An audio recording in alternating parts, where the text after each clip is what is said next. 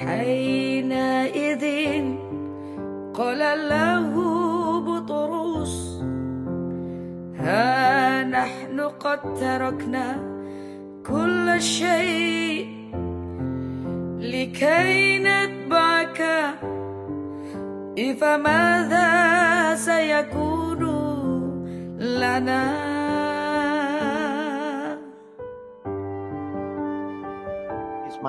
Itu Ismail, Pak. Ini kan Ismail. Lain. Ismail dengan Ismail. Itu deritanya dia. Derita lu itu. Urusannya mau dilemperin kayak mau. Disamperin aja langsung hamil. Keren banget itu. Bener itu. Naik ojek bisa hamil. Iya kan? Gitu ya.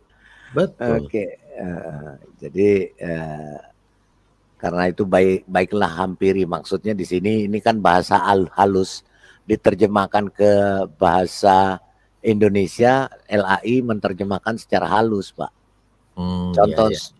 Contoh saja kalau di bahasa aslinya kayak Yesus ketika di Kana itu mengatakan mau apa kau perempuan? Iya, benar. Itu kepada ibunya, mau apa kau perempuan? Iya, bahasa Ibrani ya begitu. Ya, mau apa kau perempuan? Masa sama ibunya begitu? Iya, benar. Tapi ya itu memang bahasanya. Nah, makanya di Alkitab diterjemahkan mau apakah engkau ibu, kan gitu ya? Iya. Gitu.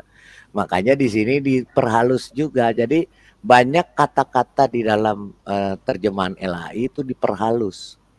Oh, jadi bukan dihampiri ya, Pak ya? Bukan dihampiri. Hampiri langsung hamil gitu ya.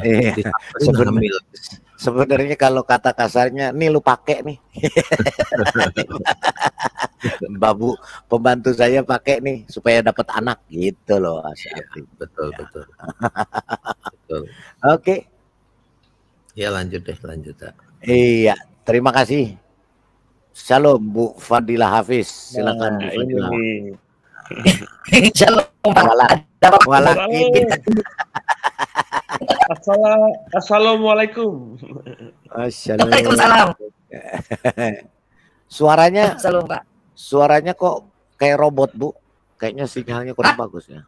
Sebentar. Saya soalnya di pedalaman ini, Pak. Oh, sebentar, Pak ya. Makanya. Waduh, makanya suaranya cepet ya kayak robot ya.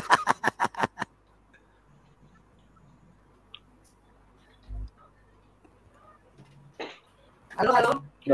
Masih kayak robot ya? Masih, Bu. Halo, Pak. Masih, Bu. Suaranya kayak Mana bicaranya? Serius, Pak? Masa sih? Udah masih, Pak? Masih. Tanya aja tuh sama Abu Subi Al Jamil. Gimana Abu Subi? Bu Fadilah, ngomongnya jangan dimati-mati. Suaranya Bu Fadilah mengerikan. Oh ya? Ganti server. Ngomongnya ganti. Oke, diperbaiki dulu ya. Silakan Pak Tua. Wih, Pak Tua. Iya. Salam. Dengar suara saya jelas. Oke, baik. Ada dua hal yang mau saya angkat ya. Yang pertama itu kalau si Ismail ini kan kalaupun nggak sama Iya. Walaupun nggak sama dengan Ismail ya. Bagi saya rasa itu Ismail ini adalah leluhur orang berhala di tanah Arab. Mengapa saya katakan begitu? Maka Talmud juga mengatakan bahwa dia adalah Avodah Zarah. Mengapa? Karena kita lihat Ismail ini istrinya itu tidak dipilih oleh Abraham. Jadi dia berkeluarga dengan orang-orang yang namanya bangsa-bangsa lain di sekitar Abraham. Artinya orang-orang berhala. Sehingga dia adalah leluhur di luar kekerabatan Abraham. Sehingga dia adalah bapak juga orang-orang berhala. Begitu. Nah, ini jelas kalau dia adalah disebut dengan Avodah Zarah bagi orang-orang ditulis dalam Talmud ya. Ini adalah keledai liar itu tadi. Begitu. Jadi kalau dikatakan saudara, tidak. Saudara di dalam arti kepercayaan juga tidak.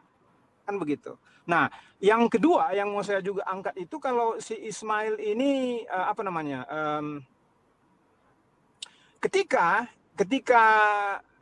Ismail dan Ishak ya menguburkan Abraham, tentu Ismail ini dia naik burak atau bagaimana dari Hijaz, dari Mekah ke tanah Palestina. Soalnya Ishak itu dan Ismail itu hadir di dalam pekuburan Abraham. Jadi saya rasa tidak mungkin Ismail itu ada pernah di Mekah.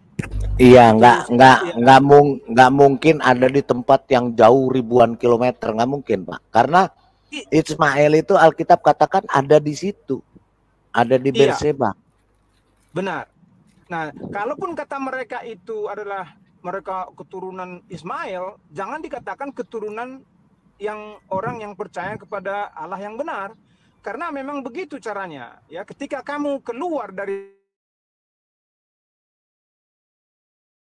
itu secara otomatis kamu adalah keluar dari bangsa itu. Sehingga di dalam orang Yahudi juga ya, kaum Samarian itu yang sudah pernah ke Asyur, bernikah campur dengan Asyur itu sudah ditolak, kan begitu. Sehingga makanya ada kaum yang namanya Samarian, kan begitu, yang disebut dengan Sumerian atau Samari ya di dalam Al-Qur'an.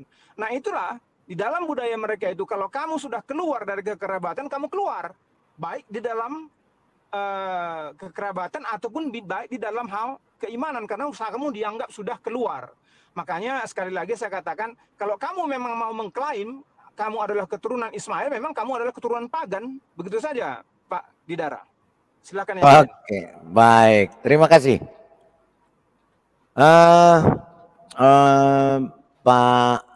Bu Sofi, silakan Bu Sofi.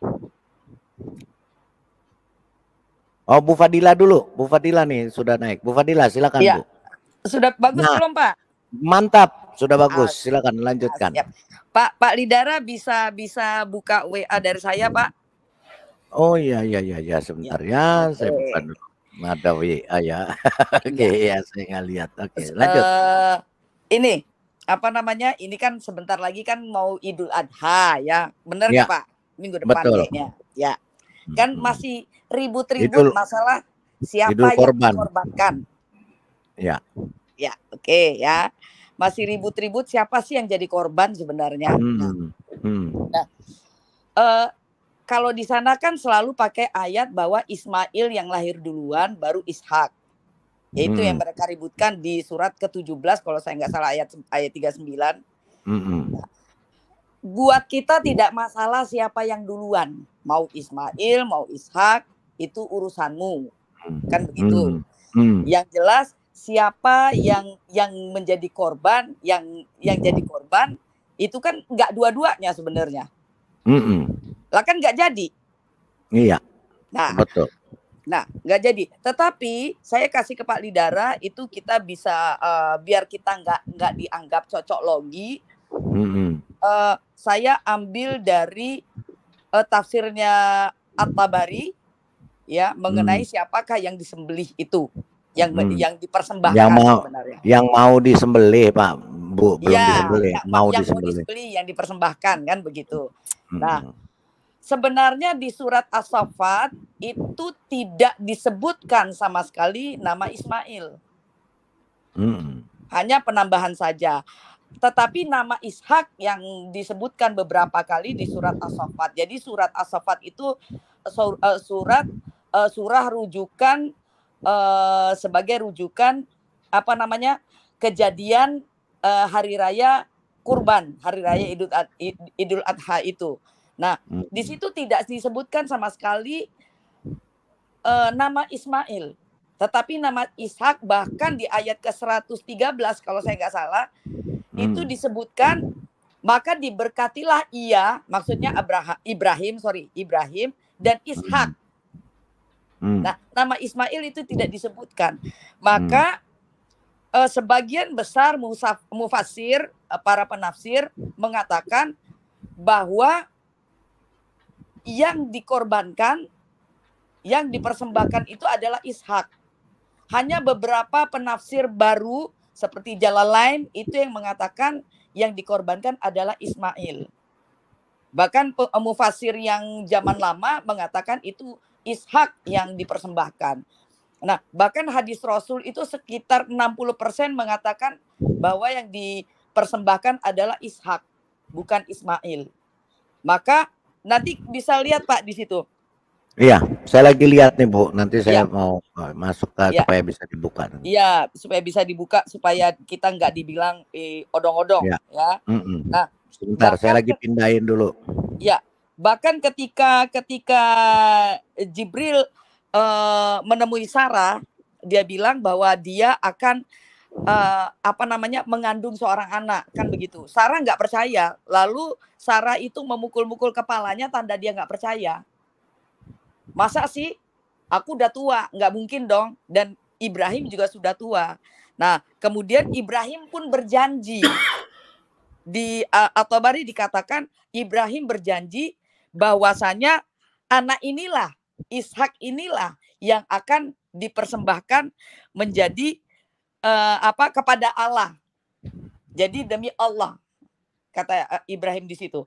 Nah, kemudian ya yang unik sekali adalah kalau kita tahu semua ya, adat istiadatnya orang Timur Tengah, ya orang-orang zaman dulu sampai sekarang pun masih, namanya anak budak itu bukan pewaris. Sampai sekarang masih Pak. Nah itulah yang dinamakan kan milkul yamin. Milkul yamin itu adalah perzinahan yang dihalalkan, yaitu meniduri budak, kan begitu. Tetapi adatnya adalah anak seorang budak itu tidak mendapatkan ahli waris, alias tidak mendapatkan waris keturunan, misalnya mendapatkan nasab dari bapaknya. Kan itu adat dari dulu dan sekarang pun masih berlaku. Itu makanya sepakat ulama kebanyakan mengatakan bersepakat bahwa anak yang dipersembahkan adalah Ishak. Nah, yang jadi pertanyaan adalah di As-Saffat ayat 103 apa 110, nanti bisa kita cek, itu yang dikatakan dan kami tebus dia dengan sembelihan yang besar. Nah, besar di situ dikatakan azim. Azim itu bukan kabir. Azim dan kabir adalah hal yang berbeda. Kabir itu lebih kepada kalau besar fisik ya, besar fisik. Tapi azim itu kalau kita seperti glory itu loh Pak, agung. Ya, azim itu agung. Ya. Dan azim itu hanya untuk kepada Tuhan kan, kepada yang agung, yang maha kuasa. Nah itu sembelihan, semua ulama sepakat yang disembelih adalah domba kan, akhirnya gantinya domba. Jadi kalau kita lihat di kata-kata itu, dan kami tebus anak domba yang agung. Karena dua-duanya Ismail dan Ishak kan nggak jadi korban sebenarnya. Iya. Siapa yang jadi korban? Dia turunan Ishak, siapa lagi? Kalau bukan Yesus Kristus, dia mati di kayu salib dan dia lah yang jadi korban. Dua-duanya kan nggak jadi. Iya. Itu Pak. Nanti bisa gimana Pak? Ya, masalahnya versinya Bu. Jadi masalahnya di sini di dalam Alkitab jelas tegas yang dikorbankan oleh Abraham adalah Yitzhak. Nah, iya sama Pak. Nah, dengan kalau Al-Quran pun sebenarnya begitu. Penafsir kebanyakan Hana Jalalain dan siapa gitu yang mufasir muda yang mengatakan Ismail. Dan terjemahan Depak kan Departemen Agama itu pakai dalam kurung Ismail, padahal di dalam Al-Quran tidak disebutkan nama Ismail. Hadis sebagian besar mengatakan Ishak juga Pak.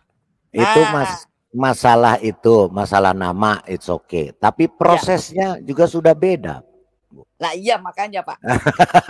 Ya sama kan dengan siapa itu Ibrahim sama nggak dengan Abraham kan gitu. Iya beda. Ya jadi yang jadi masalah adalah mereka ribut-ribut, ya terserah kamu Sampai sekarang kan mereka masih ribut, Pak. Siapa yang dikorbankan Iya. itu kan masih ribut. Iya. Kalau Biarin kita kan aja. sudah jelas. Iya. Biarin aja, Bu. Mereka main garuk-garukan Nah, derita lu. ya kan gitu. Kalau mau mereka bentangkan, oh Alkitabmu ini kan ada kiai itu seorang ustadz di YouTube tuh viral sekali, dia ngomong begini. Nah, Alkitab itu salah. Kan jelas di Al-Qur'an urutannya, kita nggak peduli urutannya siapa duluan yang lahir. Al-Qur'an pun tidak peduli urutannya siapa duluan yang lahir. Yang jelas Al-Qur'anmu, para mufasirmu mengatakan Ishak yang dikorbankan. Enggak, kita nggak peduli urutan mau sing lahir sik dhewe iki sapa bahasa Jawane. Yang lahir duluan siapa tuh kita nggak peduli. Yang penting yang diberkati siapa ya gitu aja. Kan begitu. Baik.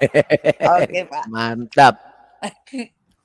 Ya. Thank you. Yang lain dulu, Pak. Ya, terima kasih. Di sini ada Pak Yamin Almirasi dan ada Pak Tua. Pak Tua dulu, silakan Pak Tua. Selamat malam dulu. Selamat malam Pak Yamin. Waduh. Selamat malam. Kita kasih Pak Tua dulu ya. Pak Tua, silakan Pak Tua. Oh, tadi saya udah ngomong, tapi kalau saya dikasih kesempatan lagi. Udah, lupa saya. Bu Sofi dulu, Bu Sofi. Silakan Bu Sofi. Ya, Bu Sofi. shalom. Shalom Wah, alaikum. ini ada tuan-tuan grup ini rupanya ya. Sorry, tadi saya masih sibuk sama yang lain. Oke. Ini tentang apa? Ishak sama Ismail ya? Enggak, tentang Ismail anak daging atau anak zina dan keledai liar, Kejadian 16 ayat 12. Kok ketawa? Belum apa-apa wis guyu sik Bu Sofi. Sampai keselak aku. Judulnya udah mengunci ya Bu ya. Dikunci sama judulnya. Angger ngombe berdoa di. Itu kok katane Sofia iki paling parah. Lah iki paling darah luwih parah no timbangi aku. Loh. Kan aku ngikuti Alkitab, Bu. jadi memang teman-teman anak daging. Ya, bukan anak teman-teman perjanjian. Ya, teman-teman itu perlu tahu waktu pada zaman Abraham itu ada satu tradisi ya di dalam bangsa Timur Dekat kuno bahwa kalau seorang istri itu ada di dalam kode Hammurabi namanya. Kalau seorang istri itu tidak punya anak atau mandul pada waktu itu, maka dia bisa memberikan budaknya sehingga anak yang lahir itu nanti akan dinamai oleh istrinya dan menjadi anak kepunyaan istrinya.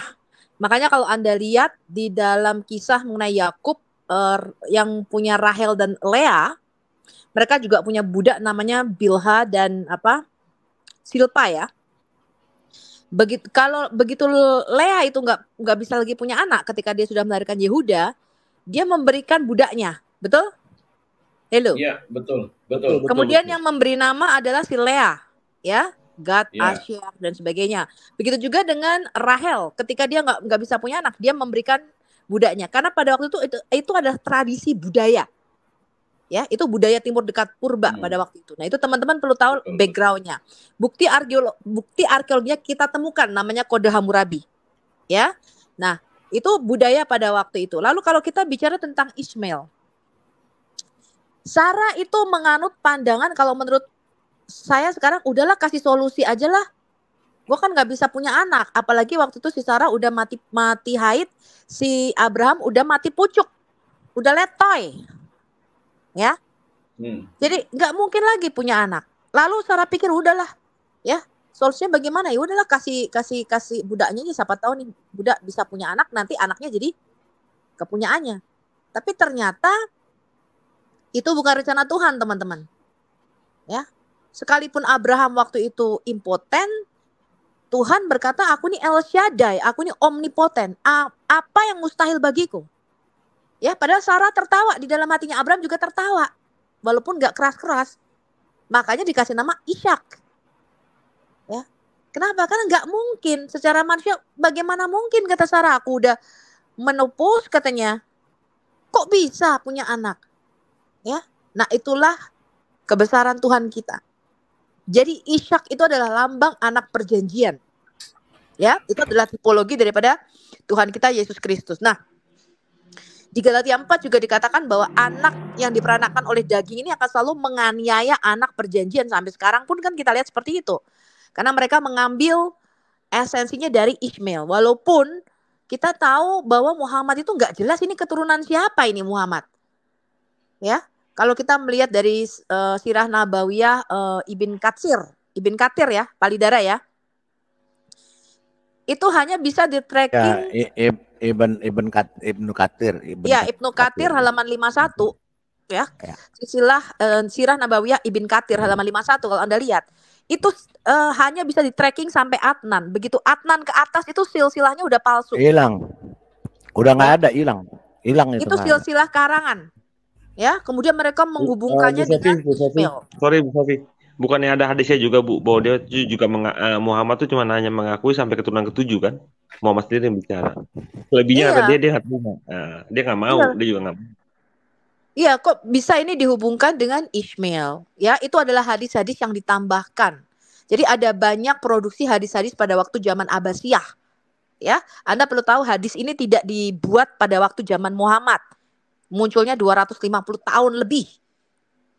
Ya. Nah, itulah yang membuat mereka membuat cerita. Oh, ini Muhammad ini adalah keturunan Ismail. Islam ini masih satu jalur dengan agama Abrahamik dan sebagainya. Ya. Bahkan di dalam hadis-hadis mereka sendiri bahwa yang dikorbankan ya di dalam Quran itu bukanlah Ismail, melainkan Ishak. Baru setelah pada zaman kira-kira Al-Jalalain ya, kalau saya nggak salah ya, di dalam tafsir Al-Jalalain lah yang pertama kali dia membuat ambigu bahwa ada yang mengatakan itu Ishak, ada yang mengatakan itu Ismail. Ya, padahal kalau kita melihat semua tafsir-tafsir sebelum zaman Al-Jalalain itu menyatakan yang dikorbankan adalah Ishak. Bahkan kita mempunyai hadis bahwa Muhammad sendiri mengatakan bahwa korban sembelian besar itu adalah Ishak, bukan Ismail.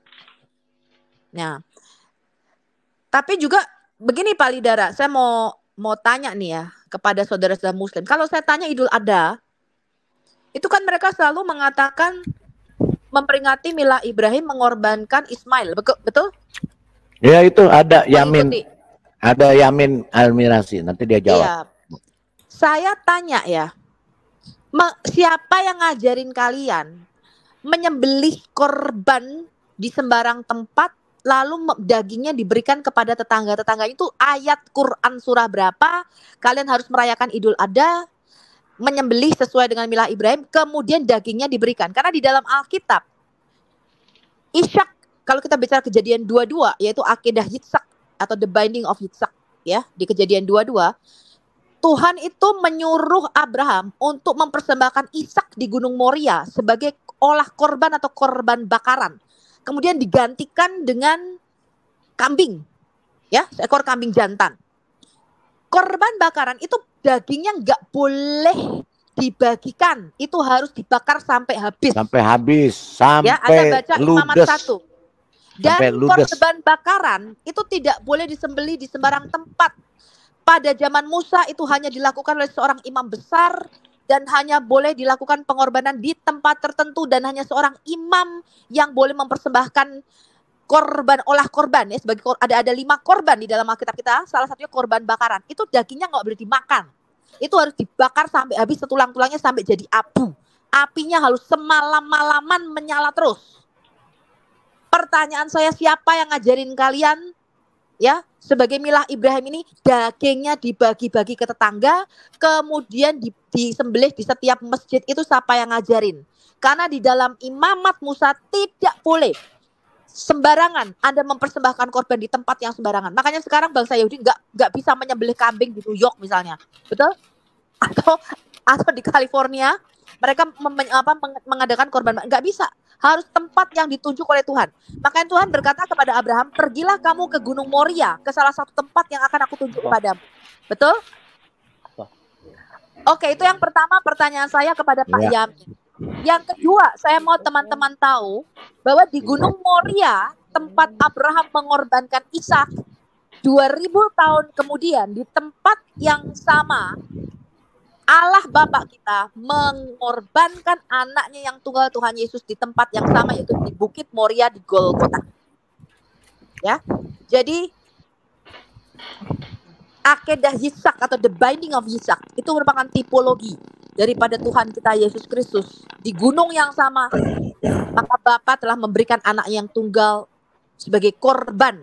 Ya, dia sendirilah akan menyediakan anak domba yang menggantikan kita yang harusnya mati, yang menggantikan Ishak pada waktu itu. Itu merupakan tipologi daripada Tuhan kita Yesus Kristus. Betul nggak Pak Lidara? Yang sudah pernah ke Yerusalem. Exactly, tepat sekali. Karena Bukit Moria sekarang berdirilah tembok ratapan. Itu di Bukit Moria. Makanya orang Israel melakukan doa di tembok ratapan mengingat pengorbanan. Karena di balik tembok itulah Bukit Moria. Nah, kemudian ke sisi, kalau kita ada arah dari tembok ratapan, ke sisi sebelah kiri itulah Bukit Golgota. Tepat sekali. Nah, kalau kita tanya sama RT 6, ya nggak ngerti. Nggak ngerti, Bu. Ya belum pernah tahu, belum pernah membuktikan. Tapi ya tadi pertanyaannya Pak Yamin, selamat malam. Coba tuh ada pertanyaannya Bu Sofi itu. Pertanyaan saya dijawab. Coba Pak, di Quran surah berapa ayat berapa? Bapak suruh mengikuti milah Ibrahim, korban bakaran itu harus dagingnya dibagi-bagi ke tetangga. Itu ayatnya. Quran surah berapa? Inna a'toinakal kausar. Iya, Quran surah berapa itu? Coba ditunjukkan buktinya. Itu. Iya, Quran surah berapa? Pertanyaan saya ayat berapa, tunjukin. Al-Kautsar. Coba Pak Lidara buka. Oke, kita buka ya Al-Kautsar ya. Oke, sebentar. Al-Kautsar. QS berapa Pak Yamin biar gampang? Ingat Pak Yamin? Nggak, ini saya lihat Al-Kautsar itu. Sebentar, Al-Kautsar itu surah. Sebentar. Al-Qiyamah, Al-Insan, Al-Musalat, Al-Nama. Bu Sofi. Sebentar, ya. Itu saya pernah baca sebenarnya pengorbanan ala potong kambing atau apa itu sebenarnya dari agama Kahin, kebiasaan Kahin di Mekah kuno. Pagan tuh. Iya, pagan Kahin. Iya, agama dukun. Ya, jadi dulu itu terhadap Hubal tuh mereka mengorbankan anak-anak ya setahun sekali. Kemudian diganti dengan untuk Dewa Molok, dong, untuk Dewa Molok. Ya, nama mereka tuh menyembah untuk Hubal. Makanya Hubal itu kalau perhatikan baik-baik, patungnya itu selalu menggendong anak kecil. Waduh, Hubal yang ada di dalam Ka'bah itu dulu ya? Iya, berarti sama dengan Molok ya. Sama dong, 11-12. Supaya menyenangkan hati dewa-dewa. 11-12 sama Molok. Iya. Itu saya pernah baca itu ulasannya itu. Wah, salah satu Al-Kautsar, sebentar saya lagi cari Al-Kautsar nih, surah berapa ya? Al-Jumu'ah. Al-Kautsar artinya apa Kautsar itu, Pak? Kautsar. Al-Kautsar itu Pak, itu yang tahu. Apa artinya Al-Kautsar itu? Al-Mujamir, Al-Mudasir, Al-Musalah. Ibu Fadila tahu Al-Kautsar itu apa, Bu? Al-Buruz, Al-Kasiyah. Ini Al-Kautsar berarti paling isinya itu orang-orang menuduh Muhammad nggak punya keturunan. Oh gitu. Iya, di Al-Kautsar itu pendek kali itu apanya ayatnya. Oh, apa, itu artinya itu ya? Al-Kautsar surah berapa sih? Kok nggak ketemu saya nih? Kautsar atau Kautsar? Al-Kautsar. Bawah Pak, agak itu juz amma itu. Kautsar, juz amma. Iya, jadi dekat-dekat Al-Ikhlas gitu-gitu deh. 108. 108. Saya lupa surat keberapa. Pokoknya agak bawah. Si Yamin nggak tahu si Yamin. Udahlah, nggak usah. Oh, Al-Kautsar ya 108. Ya, agak bawah ayat, kan. Nomor berapa? Oh, ini nomor 2. Nomor 1 terus nomor 2 ini nomor 1 bunyinya ini. Ya, kita lihat aja. Oke, saya share dulu. Buka sekarang. Itu Al-Kautsar ini ya. Nikmat yang banyak artinya kan? Iya, Al-Kautsar itu satu, sesungguhnya kami telah memberimu dalam kurung Nabi Muhammad nikmat yang banyak. Itu nomor satunya. Nomor duanya, maka laksanakanlah salat karena Tuhanmu dan berkorbanlah. Ketiga, sesungguhnya orang yang membencimu dialah yang terputus dari rahmat Allah. Nggak ada korbannya, nggak ada nggak ada itu perintah berkorban aja, tapi sejarah kurbannya kan nggak ada di situ, bukan di berkorban kurban itu. Coba bahasa aslinya apa Bu Fadila itu? Fasali li rabbika wanhar. Fasali li rabbika wanhar. Wanhar itu ya memang kurban, tapi tidak tentang sejarah kurban, Bu. Oh. Bukan sejarah tentang kurban. Sejarah tentang kurban itu di As-Saffat. Ya, itu Pak Yamin, coba dijelaskan Pak Yamin. Lebih pintar Ibu Fadila dong. As-Saffat itu tentang kurban itu sejarahnya itu di As-Saffat. Nggak ada di ayat di surah yang lain. Kalau ini cuma perintah berkurban saja. Iya. Cuma Gimana perintah Pak berkurbannya seperti apa, sejarahnya seperti apa, berkurbannya seperti apa juga nggak dijelaskan. Sejarahnya coba Pak Lidara ke surat As-Saffat. Nah, itu teman-teman, kalau di Alkitab kita di Imamat 1-7 tentang korban itu dijelaskan detail, betul nggak? Jelas. Binatang apa saja yang boleh saja yang boleh menjadi korban. Tuhan bilang ada kambing, ada lembu, ada ini, nggak boleh ontak. Ya, itu seperti yang korban. Terus bagaimana caranya memberikan korban bakaran? Umbai hatinya, dalamnya itu diambil, ya. Kalau korbannya dari burung tekukur atau burung merpati, itu temboloknya yang dioleskan darahnya. Itu semua ada aturannya, teman-teman, nggak sembarangan. Itu detail, terinci. Bagaimana kamu cara mempersembahkan korban keselamatan? Korban sajian misalnya tepung segenggam, dibubui kemenyan, kemudian dikasih minyak, ya. Itu semua itu dikasih caranya rinci. Ya, pertanyaan saya itu, kamu itu di mana? Quran berapa kok suruh bagi-bagi daging, disuruh bagi-bagi ke tetanggamu? Itu loh, tuh ayat berapa saya tanya. Lakukanlah Idul Adha, bagi-bagikanlah daging sembelian kambing itu. Terus caranya menyembelih bagaimana? Coba kamu jelaskan sama saya detail. Silakan Pak Yamin yang berkepentingan. Silakan Pak Yamin. Ayo Ustadz Yamin. Pak Yamin. Pak Yamin mikir, mimpi apa aku tadi malam? Ustadz Yamin. Ayo Ustadz Yamin. Silakan Pak Yamin. Jelas. Inna a'toinakal kausar fasholli li rabbika wanhar. Nggak jelas. Itu Mas Pak, Yamin. perintah berkurban. Betul, perintah berkurban. Maka sembelihlah. Anhar itu artinya sembelihlah. Ya. Terus pengennya Ibu gimana? Sebagai berkurban. Yang ditanyakan sejarah kurbannya seperti apa gitu loh Pak Yamin. Gimana berkorbannya? Terus yang diapain? dikorbankan itu apa? Sejarahnya seperti apa? Kok ujuk-ujuk disuruh berkurban? Kan begitu. Harus ada urutannya. Kenapa disuruh berkurban? Oh, sejarahnya seperti ini. Terus ada yang kronologinya. Ada kronologinya gitu loh. Asbabun nuzul. Bukan masalah itu, Pak. Kalau Ibu pengennya gimana?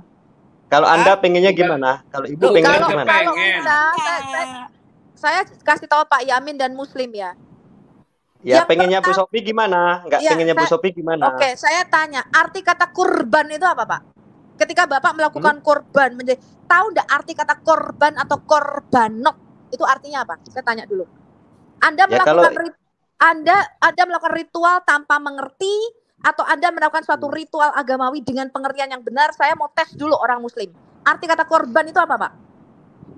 Ya, pengennya Ibu gimana? Pengennya. Loh, ditanya balik gimana nih manusia? Jawaban orang bodoh. Begini loh teman-teman. Saya tuh di channel Palidara, saya berkali-kali mengatakan di pengajaran saya Al-Hayat Apologetika, kamu melakukan suatu ritual agama tanpa pengertian yang benar, betul nggak? Iya. Ngerti nggak? Betul. Ya, itu kamu Ya. sekedar agamawi, kamu tidak memperoleh apa-apa. Kamu nggak Ya cuman ngerti. syariat Kamu Bu melakukan sunat. Sofi. Saya tanya Mereka sama cuma Muslim, level saya bayar syariat 1 miliar aja. plus kapal pesiar. Kalau Anda tahu arti Ya. perjanjian sunat. Kamu Hmm. melakukan suatu ritual agama, tapi kamu nggak ngerti apa-apa. Betul nggak? Oh. Ya. Iya. Bahkan kamu meriset, menyanyikan ayat-ayat Quran. Bu Sofi itu tajwidnya nggak ada. Coba Bu Sofi baca, nadanya kurang pendek, nadanya kurang panjang. Loh, kita ini perlombaan iman apa perlombaan nyanyi? Gini, sebentar Bu Sofi, Kalau maksudnya sunat mungkin bikinnya Bu Sofi Pak gimana? Yamin, Kalau sunat? Bentar, gini Pak gini, Lidara. Tanya sama Muslim ini, kamu melakukan ritual tanpa pengertian yang benar. Sedangkan kita orang Kristen, ketika kita melakukan sesuatu, Yesus mengatakan apa? Kebenaran yang kamu ketahui itu akan memerdekakan kamu. Amin. Ya, barang siapa yang mendengarkan firman tentang kerajaan sorga tapi tidak mengerti, maka iblis akan mengambil apapun yang ada padanya. Jadi kalau kamu mendengar firman, ya, kamu nggak ngerti, kayak orang Muslim itu menyanyikan ayat-ayat Quran tapi arti ini ra ono sing ngerti, ya, kamu nggak akan mendapatkan apa-apa. Kamu nggak akan pernah masuk dalam kerajaan sorga. Pertanyaan saya, kamu melakukan Idul Adha, kalian jual kambing di Indonesia, ya, kalian jual sapi di Indonesia. Saya tanya, gampang, simple pertanyaan saya. Arti kata korban itu apa, Pak? Jelaskan sama saya. Ya korban, mengkorban, menyembelihkan binatang ternak. Ada dalilnya nggak, Mas? Pengennya gimana? Bu Sofi Oh, pengennya enggak, gimana? saya pengennya coba Anda buatkan dalilnya. nggak Ya, gini gini. Yatin, kamu bilang, saya goblok Bu Sofi, saya menyerah. Bilang dulu. Nah kan tadi dalilnya sudah pernah. Fasolili robi Saya kawan. goblok Bu Sofi, saya menyerah. Tolong ajari saya arti kata korban. Coba.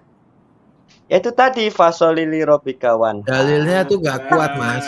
Saya arti kata korban itu loh Pak, apa? Korban itu loh artinya apa? Halo, everybody. Pak Yamin disuruh buka KBBI mawon Bu, buka KBBI biar tahu makna Ini mau korban. Gini, mau gini, terjemahan Al-Quran atau Al-Quran? Gini. Maksudnya saya biar Pak Yamin juga paham gini ya. Gini Pak Yamin. Jadi berkorban itu, kalau di dalam Alkitab, berkorban itu, korban itu ada kronologisnya. Apa saja yang bisa dikorbankan.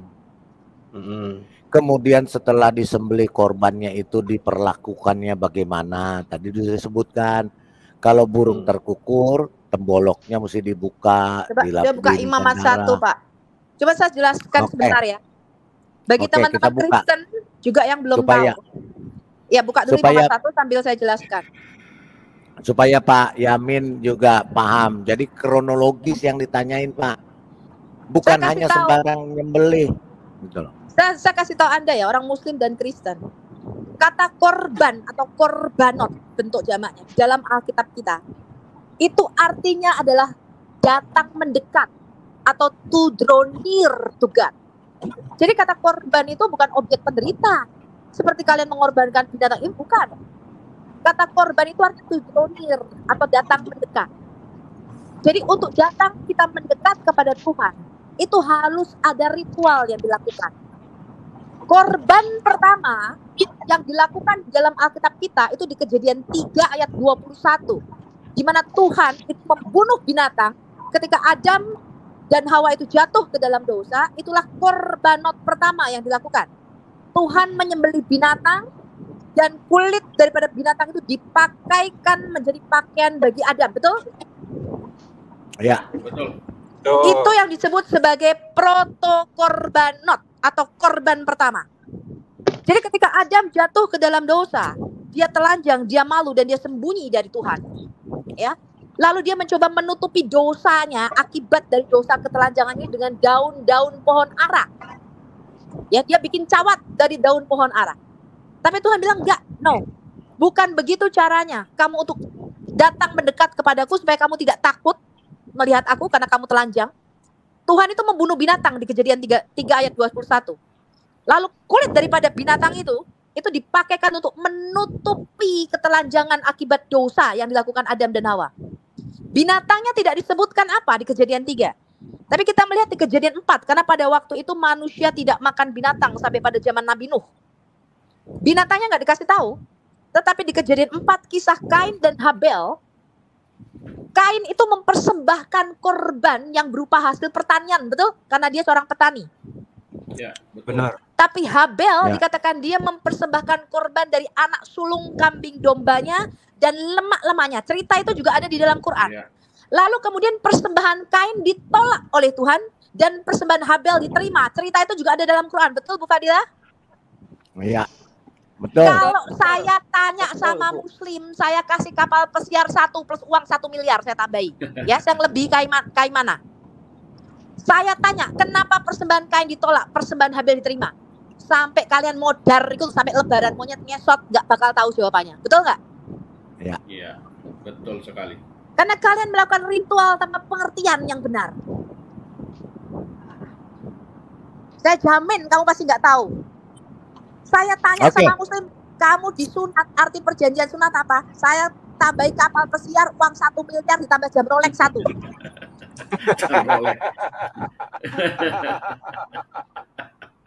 Ayo Yamin, jawab Yamin. Saya bela Yamin.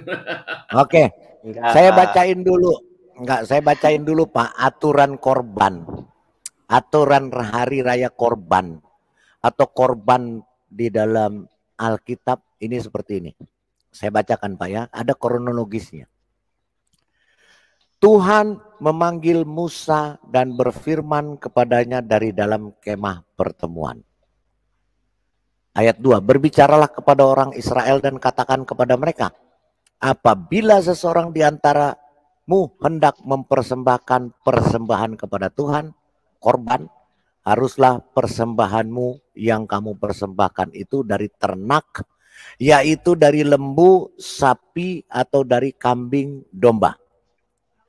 3, jikalau persembahannya merupakan korban bakaran dari lembu, haruslah ia mempersembahkan seekor jantan yang tidak bercela. Tidak boleh picak matanya, tidak boleh pincang kakinya, tidak boleh tanduknya, tidak ada satu, harus lengkap. Ia harus membawanya ke pintu kemah pertemuan supaya Tuhan berkenan akan dia. 4, sebelum disembelih, ia harus meletakkan tangannya di atas kepala korban sambil berdoa. Sehingga baginya persembahan itu diperkenankan untuk mengadakan perdamaian baginya. 5, kemudian haruslah ia menyembelih lembu itu di hadapan Tuhan, di hadapan Elohim, dan anak-anak Harun sebagai imam itu. Harus mempersembahkan darah lembu. Darahnya bukan dibuang. Kalau Pak Yamin darahnya dibuang, dikubur. Haruslah mempersembahkan darah lembu itu dan menyiramkannya pada sekeliling mezbah yang di depan pintu kemah pertemuan. Harus di depan kemah pertemuan, bukan di bawah tenda. 6, kemudian haruslah ia menguliti korban bakaran itu dan memotong-motongnya menurut bagian-bagian tertentu.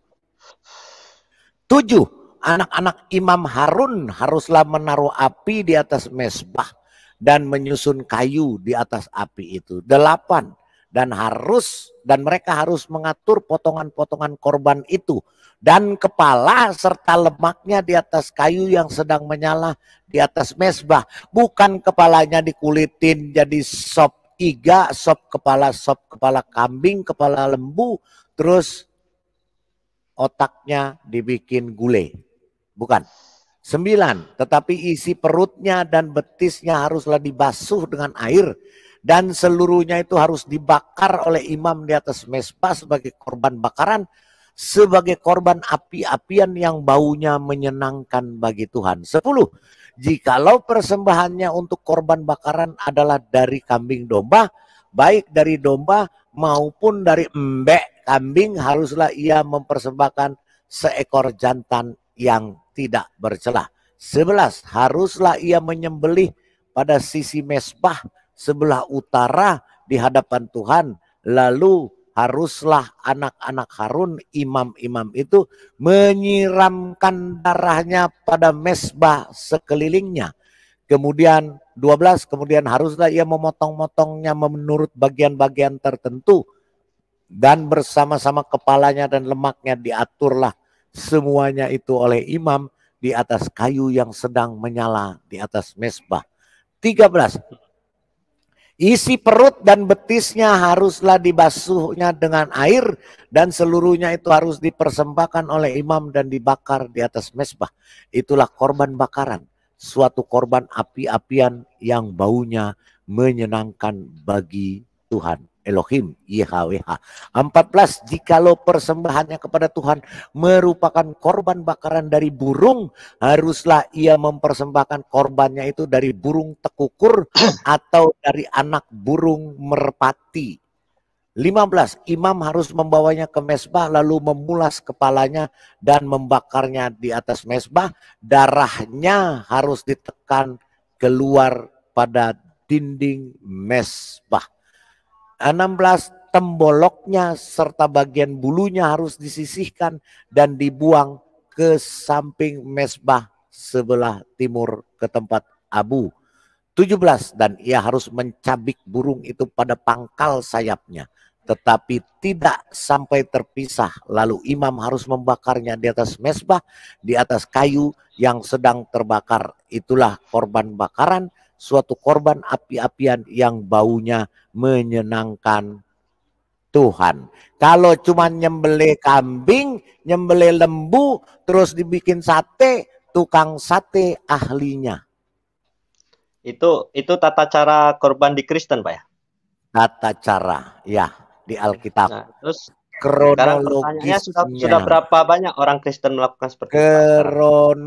Bukan orang Kristen. Loh, itu Taurat. Di Taurat. Musa, Taurat, Pak. Taurat. Oh, berarti punya itu syariat siapa Yahudi. itu? Itu syariat Musa atau syariat Musa.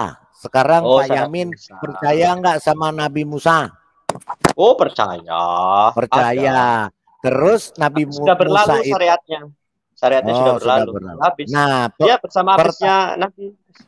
Iya, pertanyaannya, Bapak melaksanakan Idul Korban tujuannya untuk apa? Itu yang ditanya tadi. Silakan, Pak. Oh iya. Begini ya. Inilah nikmatnya Islam ya. Setahun sekali diadakan kurban. Itu adalah sebagai suatu syiar, ya enggak? Syiar agama.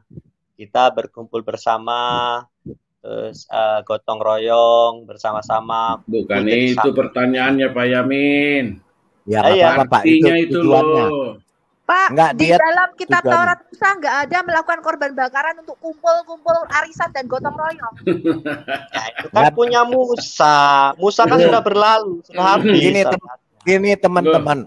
Gini sebentar Pak King, dia menjelaskan dari versinya dia, jadi jangan disamain sama, karena beda. Mereka nggak menjalankan Taurat, mereka jalanin itu kan syariat mereka Musa sendiri. Kan sudah habis, sudah selesai bersama Nabi. Nggak ada. Kalau syariat Musa masih ada Pak sampai sekarang di Israel. Nabi Musa yang sudah tidak ada. Silakan Pak Yamin. Ursi Yamin ini. Ini kan. Inilah indahnya Islam dalam satu tahun. Sebentar Pak, sebelum Bapak Yamin lanjutkan. Syariat Musa sampai sekarang di Israel masih ada dan orang Yahudi melakukan Idul Korban atau Hari Raya Korbanot. Menurut Islam apa itu korban? Silakan Pak. Ya bagi kami syariat Musa tuh ada, tapi kan sudah habis, sudah expire. Ya silakan. Itu urusan orang mereka lah. Jadi Bapak ngikutin siapa Pak? Syariat siapa korban Pak? Nabi Muhammad Pak. Itu tadi inna atana kausar fasolili robbika wanha. Jadi syariatnya Muhammad. Itu syariatnya untuk Hubal. Itu ayat Hubal itu pas musim kemudian orang-orang itu mana Pak Yamin? Itu memang juga menyembah, memotong kambing dimakan rame-rame. Waktu itu begitu. Ya, ini kan ada fungsi sosialnya, ya enggak? Nah, Iya, dalam tapi selalu dalam Ustadzmu kalau khotbah Idul Adha tuh selalu ngomongnya ke Ismail. Ayo. Ini nanti dulu nih yang mau diceritakan yang mana? Iya, makanya ceritain dong Idul Adha versimu. Ya, Dengan dalil saya yang kuat. saya cerita dipotong. Iya, itu ditanya kan, apa dalilnya yang memperkuat kebiasaan Idul Adha? Motong kambing, motong Itu sapi. tadi. Kan sudah saya sebutkan fasolili robika wanhar. Bentar Pak Yamin.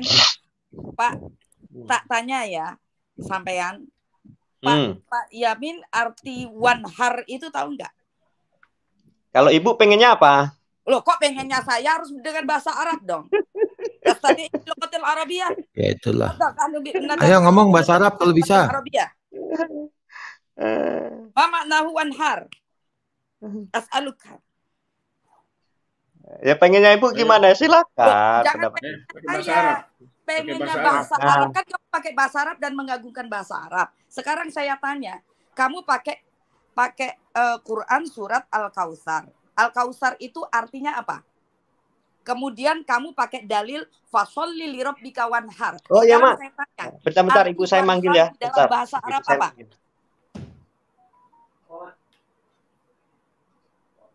Ya. Ntar Bu, dia lagi dipanggil emaknya. Dia lagi dipanggil emaknya. Ya. Pak Lidara, ya, saya silakan. besok mau ketemu Raja Salman, jadi saya mau tidur dulu. Oke, siap. Silakan. Wah, saya nggak diajak, Pak King. Mau ketemu Raja Salman besok. Iya. Bentar.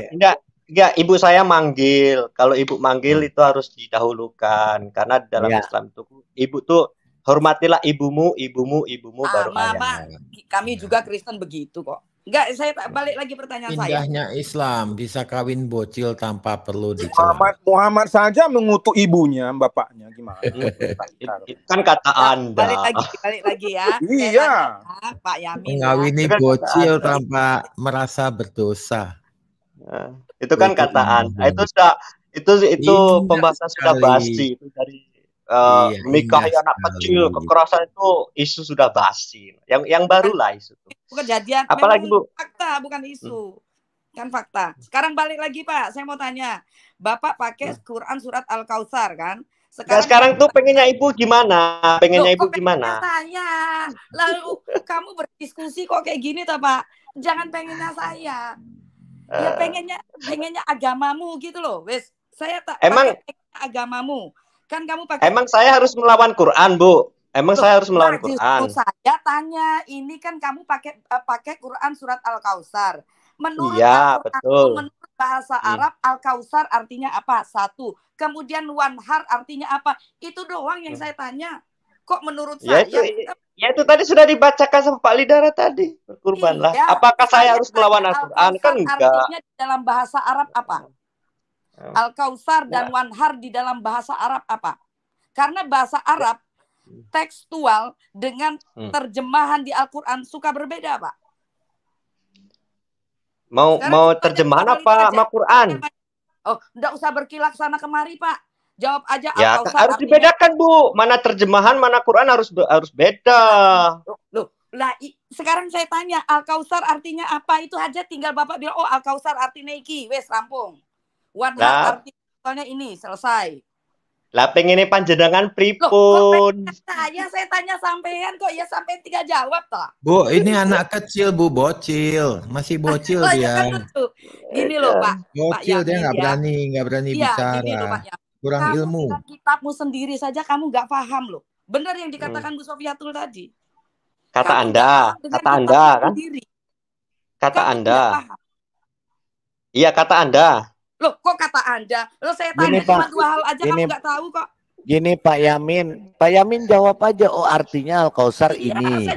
Wanhar ini artinya ini. Udah gitu loh. Jangan menurut Anda itu. Dijawab aja Pak. Kalau bisa. Iya betul Pak Lidara. Berarti kalau kamu tidak tahu artinya, kamu tidak paham kitabmu sendiri. Itu masalah. Kata Anda kan? Kok kata Anda? Sekarang saya tanya balik ya. Saya tidak kemana-mana. Dua itu aja. Arti Al-Kautsar apa?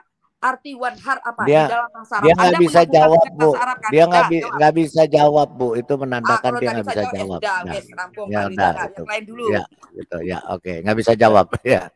Nah, Oke. jadi balik Jadi ke itu korban ya. tadi kan. Sudah, Ya, korban silakan jelaskan. ya, begini ya. Inilah yang disyariatkan Islam kan. Dalam strata sosial itu kan nggak semuanya orang dalam 1 tahun makan daging kan. Allah, Jadi, ngomong aja. Siapa bilang? ya wis lah, Kamu buktikan nggak? Mana penelitian ilmiahnya nggak makan daging? Ayo, mana penelitiannya? Ada orang yang tidak makan daging dalam 1 tahun. Enggak. Kurban itu sudah Allah. dilakukan kakek si Muhammad waktu mereka masih pagan. Jadi apa hubungannya dengan yang sekarang juga? Kan itu Muhammad Enggak, Pak. melakukan apa yang dilakukan Gini. moyangnya. Gini Pak, biar dengerin dulu dia jelasin apa sih yang dia jelasin baru nanti ini. Silakan Pak Yamin jelasin dulu apa tadi. Baru nanti kita Wes. ya kalau kita mau ketawain ya kita ketawain, kalau kita mau bantah ya kita bantah. Silakan Pak Yamin. Wes Rung. Ya, wes. Ya, jelaskan. Jadi inilah yang saya rasakan umat Islam dalam 1 tahun sekali kita berkumpul. Ya enggak? Dalam di tengah individualitas seseorang kita diharuskan atau dianjurkan untuk berkumpul bareng-bareng, bercanda, memotong daging bareng-bareng, dibagi bareng-bareng, kita makan. Makannya sendiri-sendiri, silakan gitu kan. Nah, ada nggak di agama-agama Makannya lain? di rumah masing-masing ya? Boleh makan di rumah masing-masing? Iya, jadi intinya begini. Teman-teman, saudara-saudaraku. Dia bilang setahun sekali toh. Padahal setahun agamamu 2 kali loh. Idul Fitri apa enggak makan daging? Yo. Enggak maksudnya yang enggak maksudnya. Jadi begini Bu, teman-teman saudara-saudaraku jadi berbeda memang dengan Alkitab dengan mereka. Jadi intinya mereka itu Idul Korban itu 1 untuk kumpul-kumpul. Ya. Kedua untuk bagi-bagi daging makan bersama-sama. Ketiga untuk supaya berbagi dengan yang kalau 1 tahun sekali nggak pernah makan daging itu maknanya Bu, udah selesai. Tepat, betul. Jadi korban itu maknanya adalah penambahan gizi ya, 4 sehat. Iya. Berarti nambah gizi. Mengentok gizi ini orang pisan Pak. Iya. Jadi ingat Pak Lidara ya, Pak Lidara makan daging. Pak Lidara, teman-teman. Ya. Jadi kita harus beda ya, jangan sama ya. Jangan sama, beda ya, betul. Jadi itu maknanya. Kalau Tuhan mau pun bisa, tapi kan Tuhan nggak mau kita. Ya, jadi maknanya begini, kalau korban di dalam Alkitab itu korban berhubungan dengan iman dan kepercayaan kepada Tuhan. Kalau mereka korban untuk makan-makan rame-rame, itu saja Pak Bu perbedaannya. Yang lain silakan. Bu Sofi, ya, tapi ada hubungannya dengan Bu? Tapi kalau saya dulu pernah ini Pak Lidara, saya dulu pernah jadi korban cinta itu. Ya itu namanya korban perasaan. Korban perasaan Pak. Bodoh amat. Itu beda konteks Pak, bodoh amat. Bu Fadila, kalau di Amerika orang Idul Korban gimana Bu? Bodoh amat. Ditaruh di gitu. Sekarang banyak loh yang jadi korban cinta, sekarang banyak loh. Betul. Di Malaysia juga itu rumah bersalin ada namanya rumah sakit korban lelaki karena dia korban lelaki. Itulah Pak Lidara. Karena menurut Muslim kata korban itu artinya objek penderita. Padahal kata korban itu bukan. Menurut Islam betul itu korban itu katanya menderita. Tapi pengorbanan cinta ada. Saya juga melakukan pengorbanan cinta. Oke. Oh, dapat pahala juga ya? Dapat pahala ya? Yang lain, ya dapat lah. Kalau pengorbanan cinta untuk istri dapat pahala lah. Kita berkorban. Oh, dapat pahala. Bentar, tentara Kristen. Saya tanya, sekarang itu korban makan-makan kumpul-kumpul rame-rame bikin sate, bikin gulai, ajaran siapa Pak? Ngikutin siapa Pak? Silakan Pak. Ya itu kan seni mengolah makanannya lah. Oh, nggak jadi prinsip. itu mengikuti resep gitu ya, belajar Nah, itu resep seni makanan. seni mengolah makanan kan mau dibikin sate, mau dibikin Nih. rendang, tongseng, ya itu ya terserah. Artinya kalau namanya seni mengolah makanan itu kan resep makanan, buku resep makanan, Pak. Betul, Pak. Ya, itu tinggal budaya masing-masing, yang hobi rendang, yang hobi Oh. sop, yang hobi sate. Jadi kitab sucinya itu kitab suci apa resep makanan, Pak? Aku baru tahu loh, korban bakaran itu bisa dibikin sate, gulai sama sop. Nah, masa Ya, mau makanya- dianggurin aja dagingnya kan, ya enggak lah. Makanya katanya Pak Yamin itu kan seni mengolah makanan, Iya. teman-teman di room. Artinya sekarang pertanyaan saya kembali, kitab sucinya Pak Yamin tuh kitab suci apa buku resep makanan, pengolahan makanan, Pak? Kalau pengennya Pak Lidar apa? Ya nggak tahu. Ah, Derita susah. lu.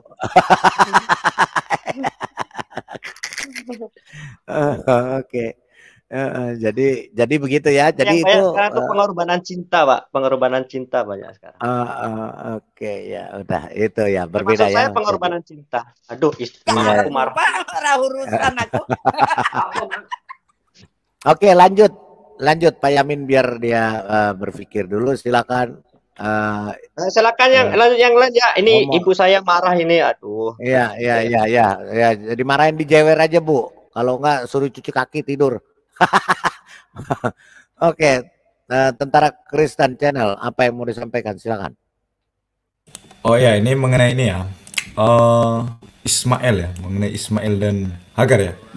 Nah, kalau kita baca kan contoh di ini ya. Di Mazmur ya. Mazmur 83 ya. Ayat 1 ya sampai ayat 6 itu. Nah, Ya, kalau saya baca ya. udah Bahkan dari dibacain. penafsiran juga. Udah Kenapa, Bang? dibacain, apalagi yang mau disampaikan? Oh, udah dibaca tadi? Udah. Oh iya, intinya di situ kan keturunannya dari Hagar dan Ismail itu ada yang menjadi musuh-musuh Tuhan ya. Dan mereka berkata bahwa orang-orang Israel itu katanya akan diruntuhkan. Mereka berharap bahwa Israel tidak dikenal lagi. Jadi mereka ini ingin meruntuhkan Israel sebagai negara. Nah, ini kan yang diharapkan oleh umat sebelah, bahwa Israel itu dihancurkan, dimusnahkan lah. Negara Israel itu semoga tidak ada. Makanya kan mereka sering memfitnah. Katanya itu Zionisme katanya lah. Zionisme apa? Memang itu tanah mereka kok. Justru mereka kan yang klaim-klaim perlu datang tiba-tiba ada naik burak itu kan ke Masjidil Aqsa. Padahal nggak ada saksinya, nggak ada buktinya. Tidak ada fakta sejarahnya. Bahkan di kitab sendiri, mereka sendiri mengatakan itu adalah mimpi. Nah, jadi nggak mungkin itu adalah suatu kenyataan. Nah, jadi kalau berbicara keturunan Hagar dan keturunan Ismail, itu udah jelas bohong ya kalau dikatakan bahwa Muhammad itu adalah keturunan Hagar dan Ismail. Karena seperti yang sudah dijelaskan oleh Bu Sofi tadi, ada keturunannya yang putus dan tidak berani itu ditafsirkan oleh Muhammad sendiri, bahkan mengatakan bahwa ada keturunan yang putus, nggak nyambung sampai ke Ismail. Nah, memang kalau kita melihat secara sejarah ya, kayak kalau di zamannya Sanherib itu ya, kalau di kitab Tawarikh, mungkin keturunannya itu ada yang bercampur ya. Tetapi kan tidak jelas juga apakah memang Muhammad itu ada garis keturunannya dari Ismail. Sedangkan kalau di dalam Alkitab, Ismail itu kan dia ke Mesir. Nah, kemudian keturunannya kan ada Kedar dan Nebayot. Kedar dan Nebayot itu kan keturunannya itu di Arabia Utara. Nanti teman-teman yang di live chat bisa cek sendiri di Google. Kedar dan Nebayot itu bukan di wilayah Mekah dan Madinah, bukan. Itu di wilayah Arabia Utara, di sekitar Petra. Kemudian ke arah tenggara lah. Petra sampai ke wilayah Qatar ya. Jadi dari wilayah situ, wilayah Hawilah atau wilayah penghasil emas. Nah, di situ itulah wilayah tempat orang Ismail itu berdiam. Bukan di Mekah dan Madinah, salah itu. Jadi itu udah salah sejarah. Dan kalau kita baca kan di contoh di hadis Musnad Ahmad nomor 23683, katanya Ka'bah itu dibangun oleh Abraham atau Ibrahim. Kan mereka menyamakan kan Ibrahim dengan Abraham kan. Bahkan sampai-sampai di terjemahan hadis berbahasa Inggris, Ibrahim itu diterjemahkan jadi Abraham. Nah, ini kan udah ngawur.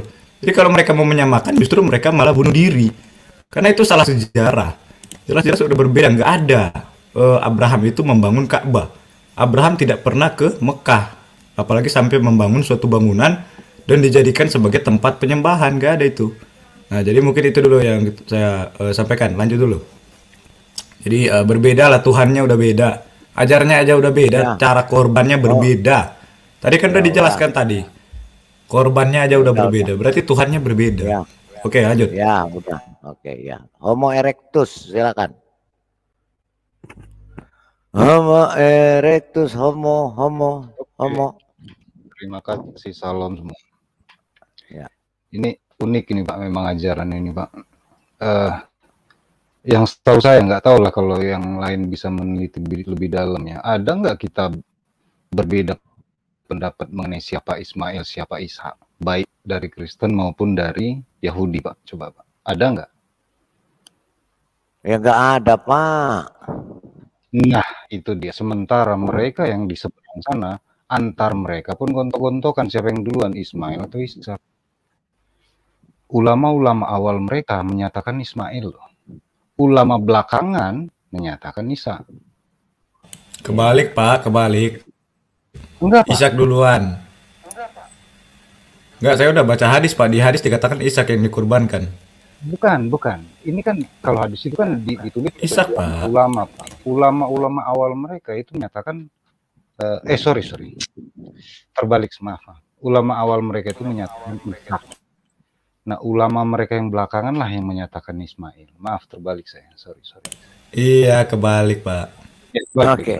Nah, jadi mereka saja tidak satu kata dengan itu. Ini aja udah harusnya jadi masalah. Kenapa si Anu bilang A, si Anu bilang B. Terus tiba-tiba banyak orang yang pilih si B bukan si A. Berarti kan anggapannya mana yang menurut mereka aman untuk mereka ambil, kan gitu jadinya. Bukannya mencari mana yang benar, enggak, mana yang nyaman bagi mereka. Nah, buktinya ulama awal mereka bilang itu Ishak. Ulama belakangan yang bilang Ismail, silakan aja cek tuh tahun berapa datangnya tuh, macam-macam orang. Gus Dur aja bilang ya udahlah nggak usah diributin, toh dua-duanya juga nggak jadi disembelih, kan gitu kata Gus Dur, saking bingungnya jawabnya. Sampai cek. Itu pertama. Yang kedua, mereka mencoba mengambil jalur dari Ismail yang jelas-jelas kayak Charles Darwin teorinya Pak, the missing link, putusnya di Adnan. Keturunan berapa? 29 atau 30 nggak ketahuan kemana itu titiknya. Dan itu pun mereka masih berdebat sampai sekarang. Nah, keyakinan yang masih abu-abu ini diyakini jadi keyakinan penuh.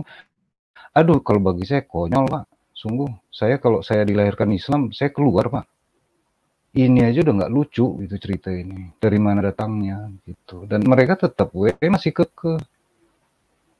Yang enggak aja gitu, yang bilang Taurat dipercaya, sementara tadi Bu Sofi udah menjelaskan bagaimana aturan kurban itu. Mereka nggak ngerti.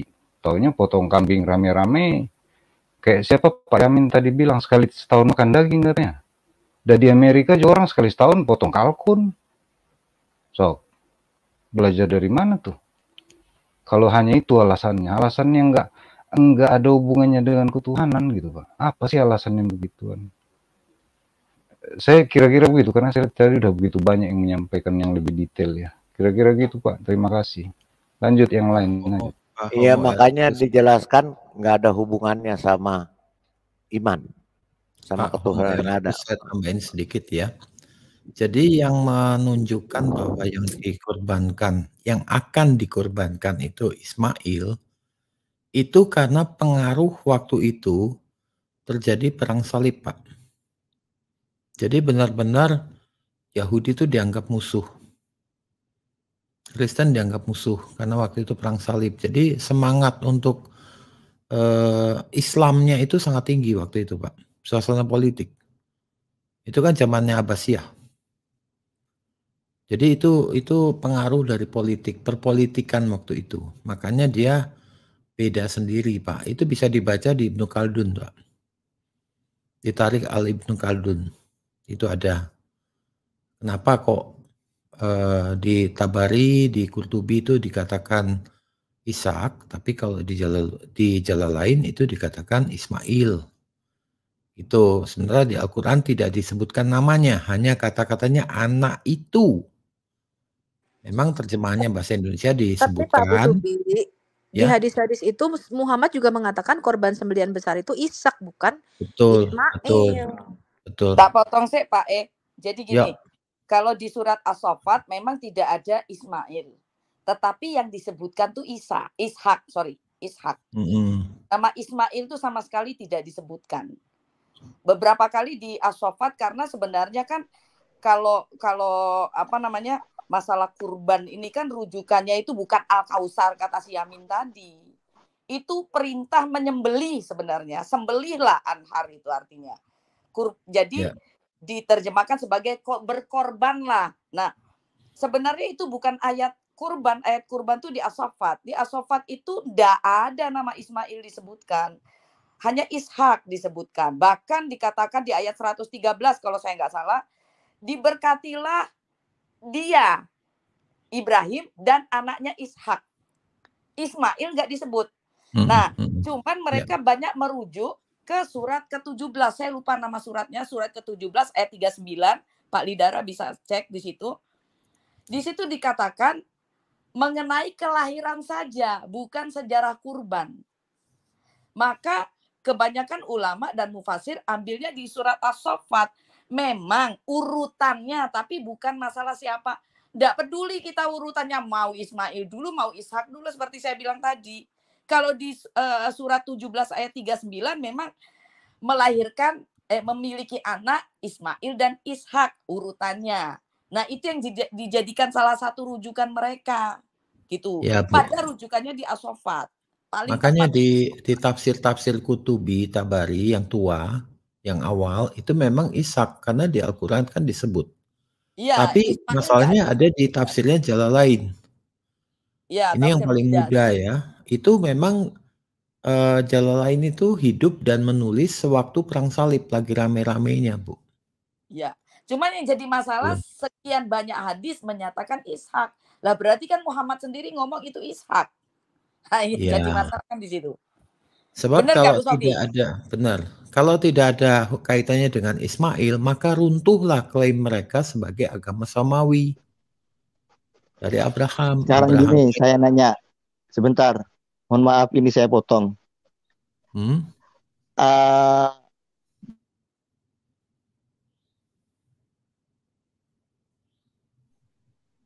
Gimana Pak? Terus di mute?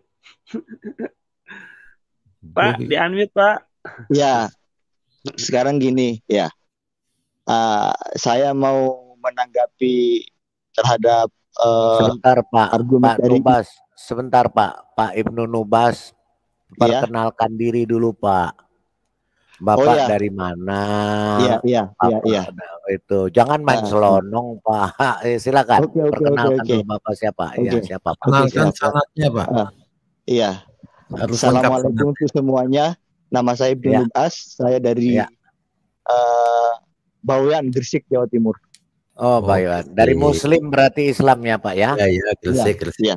Oke, silakan Pak. Ya, apa yang mau ditanggapi, apa yang mau disampaikan? Silakan. Itu daerah Berondong ya Pak? Maksudnya? Gresiknya mana Pak? Bawean. Dari daratan Jawa itu masih nyebrang naik kapal. Nyebrang. Madura. Bawean dekat Madura dia. Tak pikir silakan Pak. Tak pikir jenengan itu orang Gresik. Silakan Pak Ibnu Nubas, silakan. Ya, saya ingin menanggapi dari pernyataan Ibu tadi. Apa dasar Ibu yang menyatakan bahwa Rasulullah Muhammad SAW sendiri itu kebingungan untuk menyatakan yang dikurbankan itu antara Nabi Ismail alaihissalam dan Nabi Ishak alaihissalam. Apa dasar Ibu yang menyatakan bahwa sebenarnya Nabi Muhammad itu sendiri kebingungan yang menyatakan antara Nabi Ismail alaihissalam atau Nabi Ishak alaihissalam yang dikurbankan. Sekian, terima kasih dari saya. Assalamualaikum warahmatullahi wabarakatuh.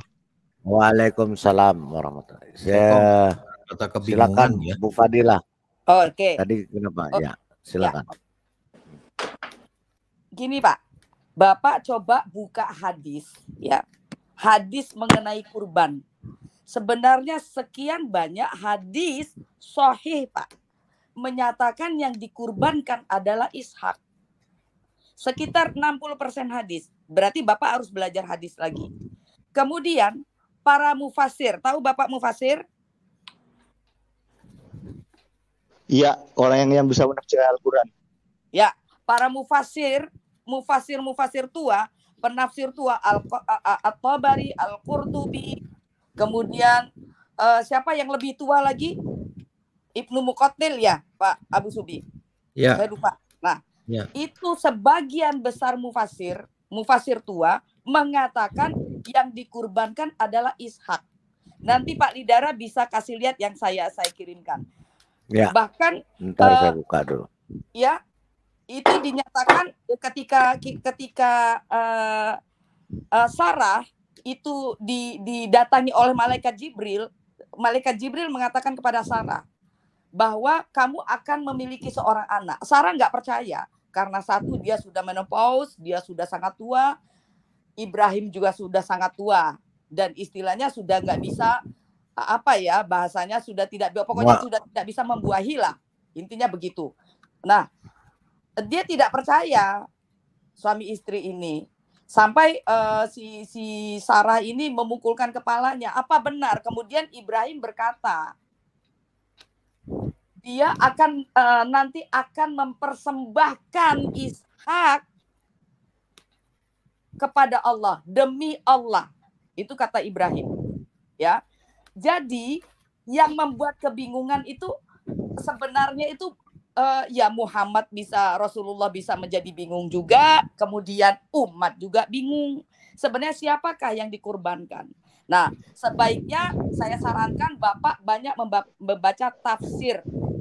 Tidak hanya satu tafsir saja, Pak. Sebentar Ibu. Gini, saya tanggapi. Sepemahaman saya, ya. Di dalam Al-Quran itu, ya, Nabiullah Ibrahim itu tidak menyatakan nama untuk mengorbankan seorang anak. Dia bernazar karena dia sudah berpuluhan tahun tidak mempunyai anak, ya. Saking dia kepinginnya punya anak, dia bernazar. Ketika dia dipuji oleh malaikat, ya Ibrahim, kamu kok artinya dalilnya, saya minta dalilnya.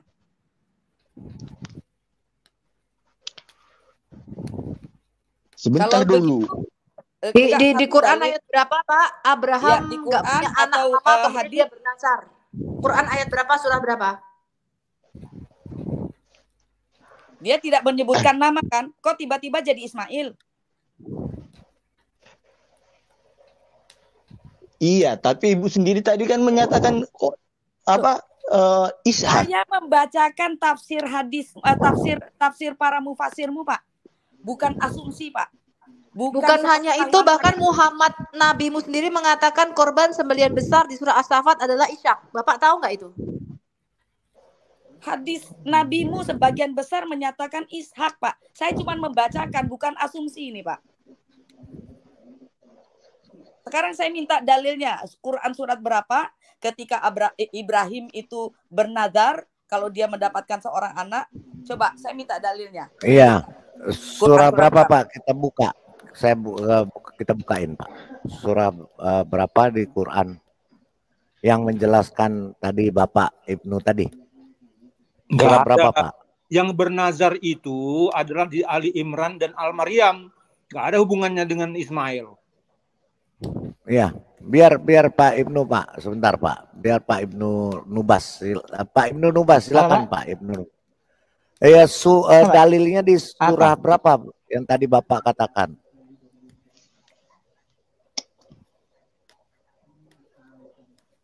Surah berapa, Pak? Kita buka Al-Quran. Saya heran, Islam ini beragama dengan asumsi ya. Gak ada tertulis ditambahin sama dia. Biar dia jawab dulu. Gak ada sunat di dalam Quran ditambahin sunat sama dia. Tadi bilangnya sepengetahuan saya. Enggak, jangan sepengetahuan Anda. Kita minta di Quran surat berapa, ayat berapa, Abraham tidak punya anak dalam waktu yang lama, kemudian dia bernazar mau menyembelih anaknya. Di Silakan, dalam Pak. kitab yang turun dari langit ketujuh ke langit pertama, tulisan tangan Allah yang merupakan kitab yang ditulis secara detail dan terperinci, betul? Silakan Pak Ibnu. Silakan Pak Ini Ibnu Quran Nubas. katanya kitab yang detail dan terperinci, teman-teman. Ya, biar dia jawab dulu. Lagi buka Dia Google bentar. ya, lagi buka Google. Saya pikir lagi buka Quran. Ya, biar dia jawab. Pak Ibnu Nubas. Pak Ibnu Nubas. Pak Ibnu Nubas. Loh, kok diam? Dipanggil ibu lagi kayaknya. dipanggil maknya. Oke, kalau gitu sambil menunggu dia kita ke Palio dulu. Silakan Palio, jangan diam-diam aja. Topi. Oh iya, orang kejepit. Waduh, Pak Leo kayaknya lagi dipanggil abangnya, kain nama. Lagi dipanggil. Kalau memang nggak nyaut juga turunin juga. Dipanggil bojone kok buka sarung. Ini repot. Ini kalau apa ya, kalau ada ibu-ibu langsung rame ya. Bapak-bapak yang di sini senang ya. Curiga Iyalah. saya. Curiga saya. Iya, memang. Pasangannya bapak-bapak, ibu-ibu, masa bapak-bapak sama bapak-bapak. Oh, gitu ya. Aduh lato-lato dong.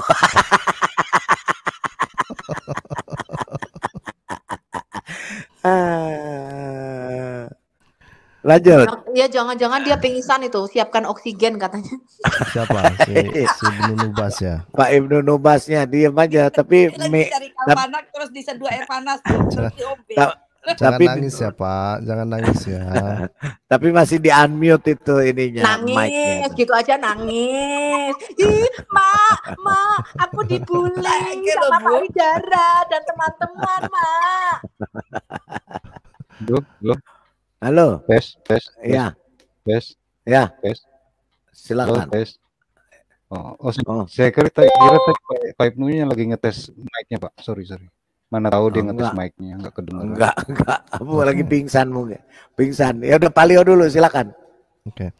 Saya juga pernah membahas masalah Ishak ini ya, dan saya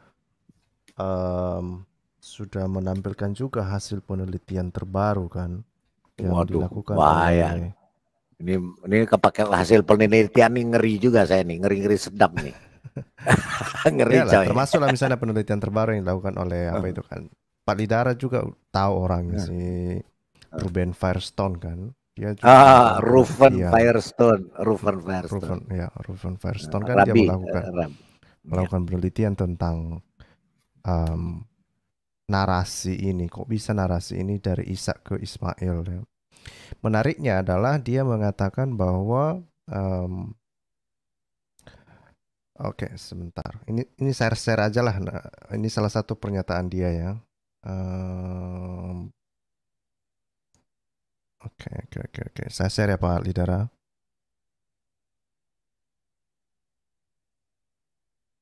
Oke. Tumben langsung di-share. Bisa orang disuruh cari-cari dulu kemudian. Ya saya gemas aja sama teman-teman muslim yang mengenai apa ini kan. Lanjut bro. Nah ini di halaman 135. Oke. Ini judul bukunya ya. Nanti muslim juga bisa baca. Ini bukan tulisan saya, tapi ini hasil penelitiannya si Ruben Firestone ini. Nah di halaman 135 di bab 16 ya. Ini bab 16 ini dibahas secara khusus mengenai Isa dan Ismail. Yang menarik dari hasil penelitiannya itu adalah dia mengatakan bahwa di dalam narasi Islam itu hampir sebanding para ulama itu mengatakan bahwa yang dikorbankan itu Ishak atau Ismail. Jadi ini yang menarik. Dia bilang begini.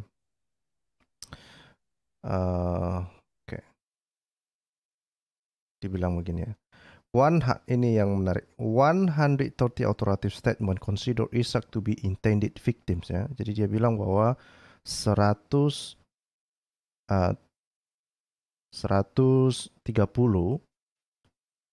statement atau pernyataan yang memandang bahwa yang dikorbankan itu adalah Ishak ya. Terus itu 130 ya. Terus dibilang sini, satu lagi apa? 133. Jadi 133 yang mengatakan bahwa yang dikorbankan itu adalah Ismail. Jadi hampir 50-50 lah ya. Nah, ini artinya apa sebetulnya ya? Pak Leo, aku potong sebentar. Cuma Anda harus lihat hadis mana yang lebih tua. Tafsir mana yang lebih tua. Yang lebih tua Ya, semua itu menyatakan dari Ishak bukan sebenarnya. Ismail. Ismail Iya, itu baru betul. ada Oke lah. sejak tafsir Al-Jalalain. Itu dijelaskan Iya, juga kan dalam maksudnya buku iya. ini. Makanya saya mengajak Muslim membaca buku ini. Ini penelitiannya sangat komprehensif.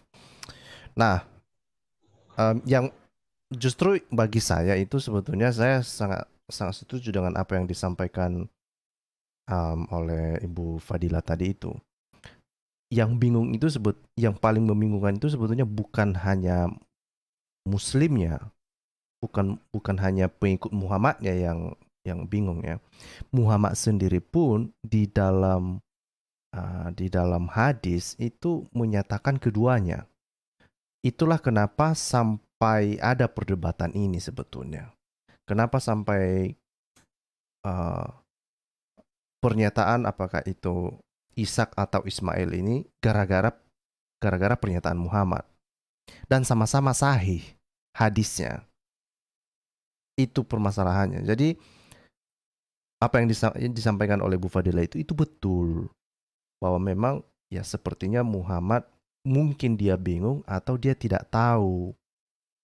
Jadi ketika ada orang bilang yang dikorbankan itu Isa, dia setuju. Terus ada yang mungkin besok datang yang mengatakan enggak, itu yang dikorbankan itu Ismail. Nah, mungkin dia setuju. Dan para ulama kemudian menafsirkan ya sudah, Muhammad mengatakan demikian sama-sama sahih pula.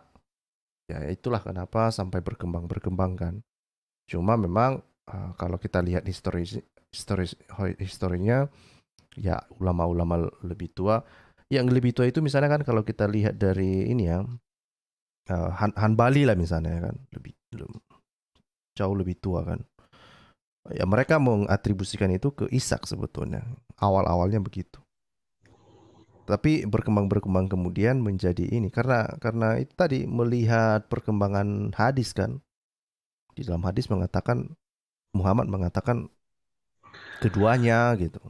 Saya potong Bro. bentar Pak, boleh? Oh iya, silakan Bu. Sebagian besar hadis itu menyatakan Ishak. Itu jadi masalah Pak. Sebagian besar hadis menyatakan Ishak. Kemudian di dalam Al-Quran sendiri itu tidak terdapat nama Ismail. Itu yang menjadi keraguan-raguan ulama. Gak ada kata Ismail di surat As-Saffat itu. Yang disebutkan hanya nama Ishak. Kenapa ulama yang terdahulu, mufassir yang terdahulu, itu lebih banyak berpihak kepada Ishak. Kalau kita buka di surat As-Saffat, beberapa terjemahan apa? Depak memang ada penambahan Ismail. Tetapi kalau kita baca surat As-Saffat dari awal itu nggak ada sama sekali nama Ismail. Bahkan dikatakan diberkatilah ia dan Ishak. Ia itu adalah Ibrahim. Dan anak cucunya ada yang saleh dan ada yang suka berantem di antara mereka sendiri. Itu Al-Quran yang ngomong, Pak. Nah, Ismail tidak disebutkan. Itu sebenarnya awal mula kenapa ini menjadi simpang siur di antara ulama. Quran tidak dengan tepat menyebutkan. Tetapi nama Ishak disebutkan. Itu yang jadi masalah. Makanya perbedaan ini terus ada sampai kapanpun. Iya, tapi ngomong-ngomong Pak Ibnunya kok udah nggak ada. Wah, nggak tahu itu. Dipanggil maknya, Mak. Ibnu Nubas. Panggil bojone kita Suruh bikin susu dulu Pak. Nah, Rasulullah Lagi suruh bikin susu kurang dulu. kayaknya. Bro Scott. Lanjut. Lanjut, Pak Tio. Bro Scott. Ya. Bisa ditampilin nggak, Bro Scott, dua hadis itu yang saling bertentangan supaya mungkin dengan ditampilin Pak Ibnu Nubas bisa dapat napas lagi, jantungnya berdetak lagi itu kaget. Saya cari. Saya ada videonya. Kayaknya cuma jantungnya berhenti berdetak nih kayaknya nih. Siapa tahu dengan ditunjukin dua hadis yang berbeda, detak jantungnya kembali lagi normal. Kayak tiba-tiba ngilang gini. Saya cari ya sebentar ya. Oke, bro. Lanjut dulu. Ya. Jadi ya itulah ya, saya nggak perlu lagi ulangi lah. Mudah-mudahan Muslim sudah mendengar apa yang saya sampaikan tadi itu. Lanjut Pak, lanjut. Leo. Silakan. Pak Leo. Itu ini ya profil picture-nya diganti yang dulu yang ngupil itu loh. Yang ngupil ya. Yang lagi ngupil tuh lebih seru Ini gitu loh, nunjuk. Pak John Nathanael, device not connected dari tadi, dia sinyalnya nggak beres, nggak bisa diangkat. Pak John, ya, silakan. Masih itu Pak Leo? Masih ada yang mau disampaikan? Lanjut dulu Pak. Lanjut. Oke, kita Dia lagi cari data dulu, Pak. Bentar, biarin, Pak. Saya Ya. live dulu ya, teman-teman Oke. semuanya. Baik. Besok Iya. bagus. Oke, thank you Bu Bu Fadila. Fadila juga dipanggil Mae. Yang dipanggil Pak. Katuan Bu. Gak apa-apa, penting belum dipanggil yang kuasa, ini repot. Ya, Bu. Mak aku ora tau manggil aku, sing penting pas duit lancar. Ya sudah, makasih ya Bu Sofi. Ya, terima kasih Bu Fadila. Fadila. Tuhan berkati. Shalom. Oke, segini. Oh, ada Bu Yasmin. Silakan Bu Yasmin. Sebelum Palio, dia lagi cari-cari hadisnya.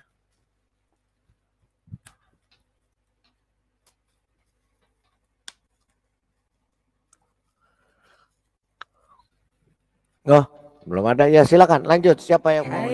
حينئذ قال له بطرس ها نحن قد تركنا كل شيء لكي نتبعك فماذا سيكون لنا